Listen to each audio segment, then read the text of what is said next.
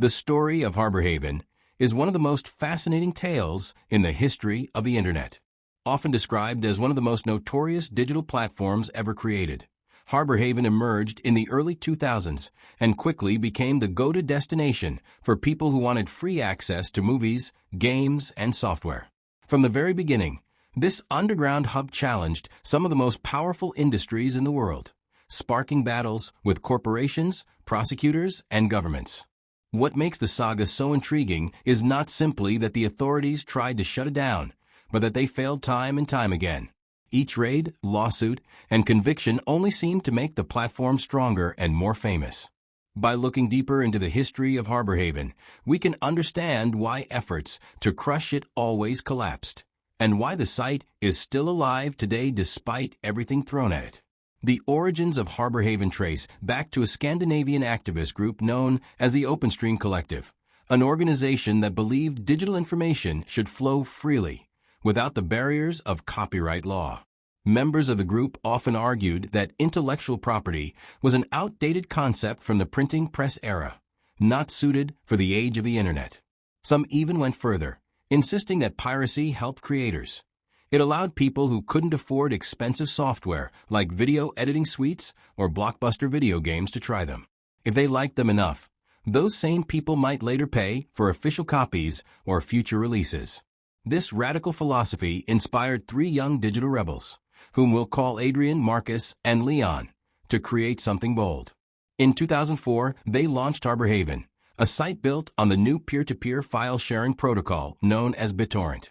At first, the entire system ran on a single second-hand server located abroad, and when that arrangement failed, Leon famously kept the site running on his personal computer, an outdated desktop with less memory than a cheap smartphone today.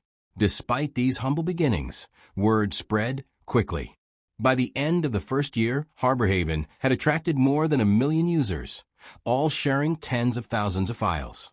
Over the next 2 years, the site grew into a sprawling ecosystem of content: movies, music, TV shows, software, ebooks, and games.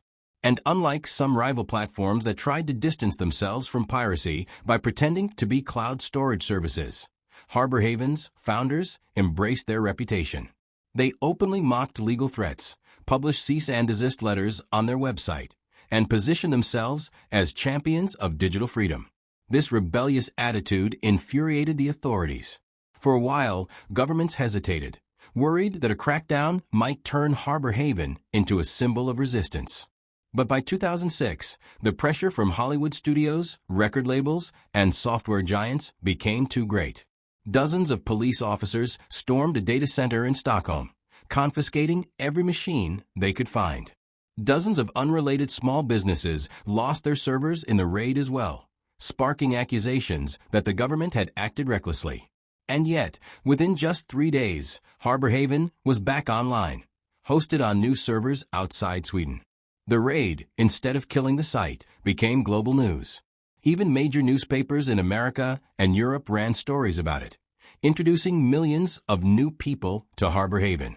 Hacker groups launched retaliatory cyberattacks on government websites, taking down official portals for hours at a time.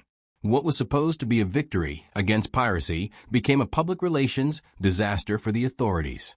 By the late 2000s, prosecutors realized that the only way to stop the platform was to target the founders directly. In 2009, Adrian, Marcus, Leon, and their wealthy backer Victor were convicted of assisting copyright infringement. They received prison sentences and were ordered to pay millions in fines. But the men treated the trial as a stage for protest. Adrian held up a sign mocking the fine, declaring that the government would never see a penny. Marcus and Leon fled abroad, evading capture for years, while Victor eventually served his time quietly. Even when Marcus and Leon were finally arrested in Southeast Asia years later, their defiant spirit remained. Leon claimed that prison life wasn't nearly as bad as people imagined. Guards treated him with curiosity, since he was the only inmate jailed for a virtual crime. Supporters from around the world sent him letters, and he later said that his short sentence was worth it to keep Harbor Haven alive. Authorities assumed that imprisoning the founders would mark the end of Harbor Haven. But in 2014, When Swedish police once again raided the servers and took down the site, something unexpected happened.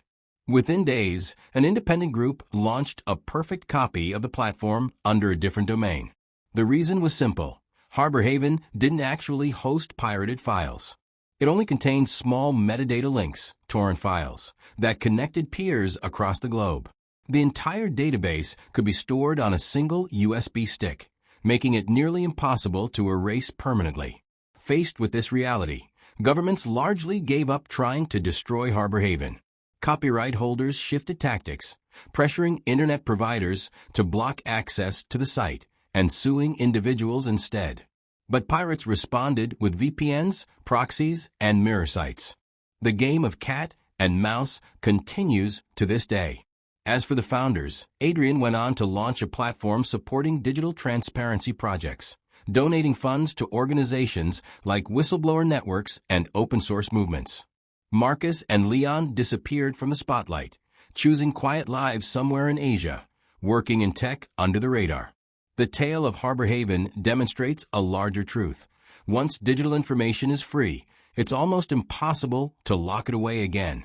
Authorities can seize servers, fine individuals, and hand out prison sentences. But as long as people believe in sharing, someone will keep the system alive.